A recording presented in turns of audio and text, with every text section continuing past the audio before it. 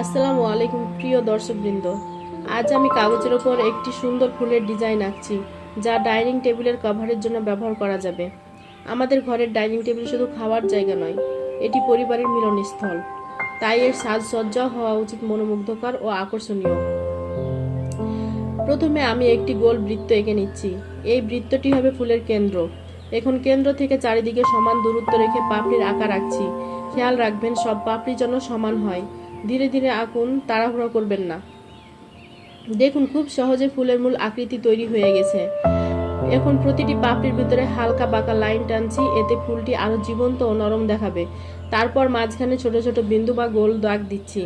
এটি ফুলের সৌন্দর্য বাড়িয়ে দেয়। আপনি চাইলে এখানে পাতা যোগ করতে পারেন। পাতার জন্য লম্বাটে আকার এঁকে তার মাঝখানে একটি সোজা লাইন টেনে দিন।